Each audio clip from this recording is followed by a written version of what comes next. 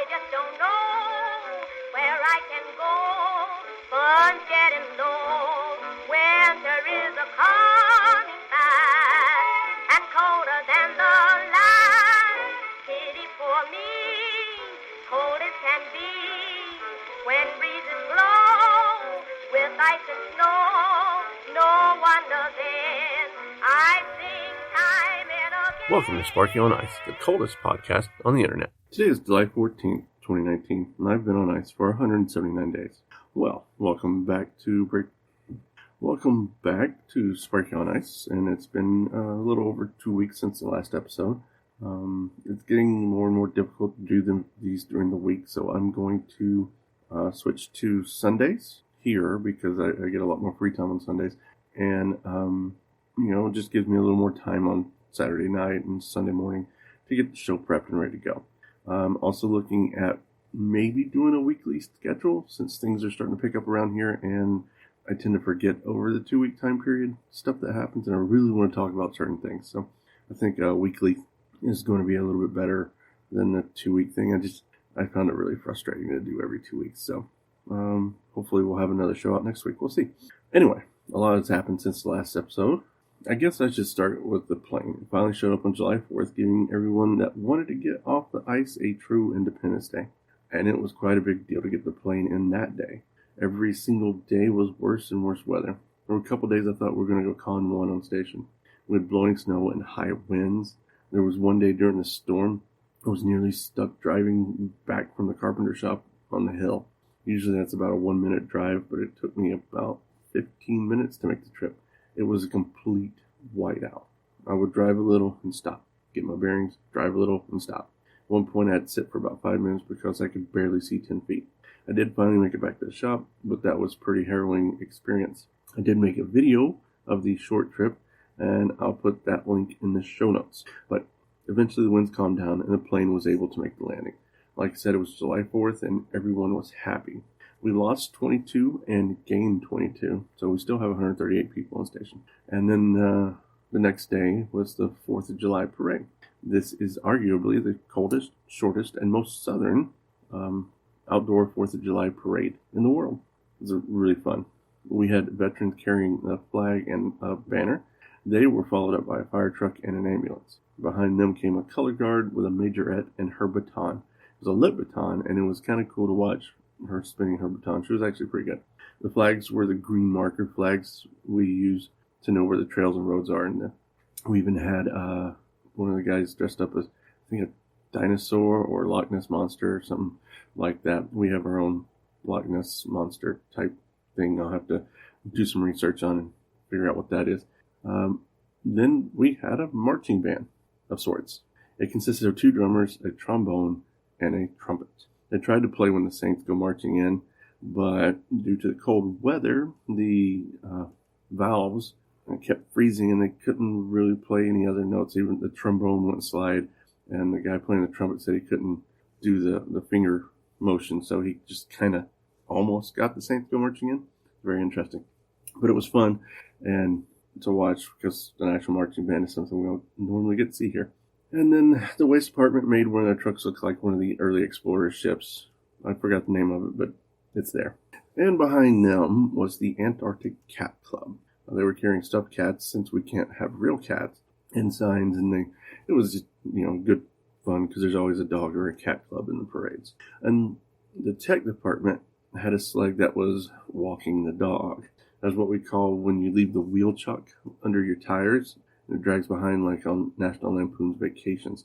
See, we have to chalk our tires here no matter what, whether you're on a hill or a flat, or it doesn't matter. You're supposed to chalk your tires because some person a few years back didn't chalk their wheels and had left the Mico brake off or something like that, and it rolled into a plug line. Made a real big mess. So now you have to chalk your wheels. Anyway, and the running joke is called walking the dog, because if you forget your chalk is out, which happens occasionally, they're also tied to the trucks. So you go driving down the road and you're dragging your wheel chalk behind you. And, usually someone will get on the radio and say, hey, truck number whatever, you're walking the dog. And you're like, oh, man. You get out and you put your chalk in the back of your truck and move on. And then there came the piston bullies, which are, in parades, they usually have like at least recently, they've had like the 4-wheel drive or the special car club and something like that. That's kind of what our piston bullies were. The piston bullies are these tracked vehicles for people transport that we use to get out on the really rough ice, where wheeled vehicles can't go. These are like the things they use to groom ski slopes. The big. We use them for that a little bit too. Directly behind them was our Grand Marshal, which was one of our cooks or chefs. One of our favorite chefs because he runs the egg line in the morning, and he can make some really good eggs. And our local mail/Santa person, and their bag full of mail goodies. See, since we had got the plane the day before, we all knew the mail had come in. And since the post office isn't open till Saturday, we had another day to wait to get our mail. So it was kind of like having Santa in the parade. Very neat, very cool. We even had a float from our local NASA team. That's NASA Ray and NASA Rex. It was a mock-up of an X-15 plane, which they did some research on here at some point. I'll have to look that up and do a show on that too. And what it was is they just took a bunch of cardboard, painted it black, and put it on one of the 6-wheeled ATVs that we have. Or it might have been on one of the 4-wheel ATVs. But, one of those ATV trucks. Kind of neat, interesting. We had our own X-15 flyover during the parade. And the final vehicle was our bucket truck from our lineman crew. And, this is a big, impressive thing. And it had a lot of lights. So they turned on the lights. And then finally, no parade is complete without the cleanup crew that comes behind it. And we even had that. The waste team were kind enough to shovel and sweep behind the other floats and parade goers, just like at a real parade. So yeah, it was the 4th of July parade. It was moderately attended. There were about 30 people out there, and a lot of videos were being taken. So, but it was like negative 15, negative 16 with a negative 30 wind chill. Pretty cold, but it's fun, and I'm glad they do stuff like this here. We also had a 4th of July picnic. They cooked hamburgers and hot dogs on a grill. Best part was the lettuce and tomatoes for the burgers. We haven't had freshies in so long. And it was a fun party, but I was really tired. It was on a Friday afternoon, and I just didn't stay long, so I can't really say much about what happened at the party itself. But yeah, it was good to have real burgers and lettuce and tomatoes and stuff. Well, the next day was Saturday, and Saturday means the post office is open and we get mail. The line was out the door for the post office. Some people had so many packages it took 3 or 4 trips to the truck to get all their stuff out. I mean, just loaded down with boxes and boxes of stuff. One guy ordered one of those 6-inch memory foam mattresses. Seems like a really good idea. I might look into that for the next trip. But while we were waiting in line, everybody was discussing what they were expecting. Most people have forgotten a few of the items and were like, okay, I wonder what I'm getting, which is why we call winter mail the Christmas in July. We just don't know what we're getting sometimes. I got some letters from home, which are very much appreciated. It's nice to be able to just hold the letters and read them, and just to have that piece of home with us. It's really nice. I also got a book that I've been waiting for a long time. It's The Founding Myth from Andrew Seidel, one of my favorite people in the world. He's a constitutional lawyer from the Freedom from Religion Foundation, and I really was looking forward to reading the hardcover of his book. And when I get done with it, I'm going to donate it to our library because it's a heavy book, and we only have an 85-pound weight limit in our baggage out of here. So, and I think it'd be a nice addition to the library down here. I also got a telescopic lens for my phone so I can take some better pictures and send them, online to you guys so you can see them. It also has a tripod and a remote, so I don't have to actually touch the camera, which means I'll get even better pictures. I can't do much with all that until the sun comes out. Yeah, that was most of my mail. A couple small items came in that were nice to have, but not really important. I did, however, not get my reading glasses, which I was really hoping for, but that's okay. I found some in Skua that will probably get me through till August when we get our next mail. And another thing that happens with the plane is freshies. Well, I talked a little bit about freshies earlier, but freshies are really, really important down here. Never been so happy to see spinach in my life. I've had a salad pretty much every day since the plane came in.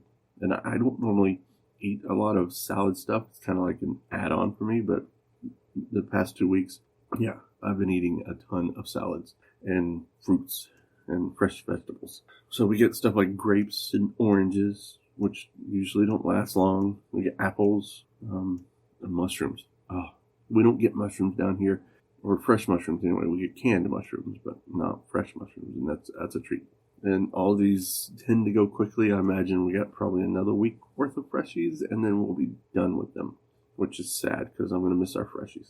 But with the good of planes always comes the bad with planes. And one of those is something everybody dreads every single plane, and that is the plane plague. We're pretty isolated down here and pretty close-knit. I mean, we interact with pretty much everybody at some point in time. So we tend to share similar immunities to the colds and viruses and bacteria that we already have had. But new folks always bring in some new strain of the cold. And that is when we get sick again. And it takes twice as long to recover and pretty much makes the rounds of the entire station before everybody is over it and immune to that. And by that time, well, it's time for a new plane. Yay. Last time I got sick was back on the March flight. And it took me, I want to say 3 or 4 days to get over the cold itself, and then another 3 weeks to get rid of the cough from the cold, because usually it's some sort of chest cold or something like that, something that affects your lungs. Anyway, that's enough on the plane. I'm glad we got it. I'm glad all the people got here, and I'm glad all the people got off the ice, and that makes it so much better for everyone. But I also went to Scott Base this week. Scott Base is the New Zealand station that shares our island. They have a weekly American night where they invite a few of us over to see the base. There's a small store and a bar. The good thing about their station is they never have to go outside to get to the other parts of the station. It's all enclosed, which is a really smart thing to do down here. Unlike us, we have, dozens of buildings, and we spent a lot of time walking around outside here. But the station was interesting. They do have a better hard cider than we do, and I do hear that their food is better, but they don't have as many options. Well, there's only 12 of them there right now anyway, so they're happy to have us come over and hang out for a bit. I'll definitely be going back because I'm going to purchase some souvenirs from the store to send back home. And one other big thing that happened since the last episode, and I talked a little bit about this last episode, was the karaoke. And yes, I did sing karaoke. I did 2 songs. I did Blondie's Rapture, and I did Get Lucky by Daft Punk. It was really scary singing in front of people. I've never really sung in front of a crowd, and I am basically tone deaf, so it was not very good. But I had fun, and they were nice enough to clap. Next time I think I'll pick better songs. I'm thinking maybe Wang Chung or Thomas Dolby. Maybe I'll record it and post it. We'll see. Well, that's about it for the updates. As promised, I also have some history. I'm going to go into a little less detail than last time. I think it went a little overboard. And I'm also going to try and do more than one per episode, except for a few that are really important, like the Shackleton or the Scott expedition. Those have a lot of information on them, and some of those may actually go into 2 or 3 episodes, especially the Shackleton expedition. And that one's a really big one. So let's start with the next one in line. The Southern Cross Expedition, officially known as the British Antarctic Expedition 1898-1900, was the first British venture of the heroic age of Antarctic exploration, and the forerunner of the more celebrated journeys of Falcon Scott and Ernest Shackleton.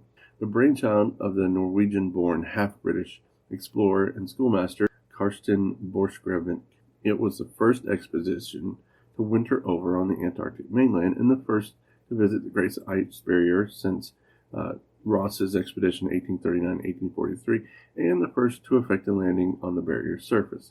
It also pioneered the use of dogs and sleds in Antarctic travel. The expedition was privately financed by British magazine publisher Sir George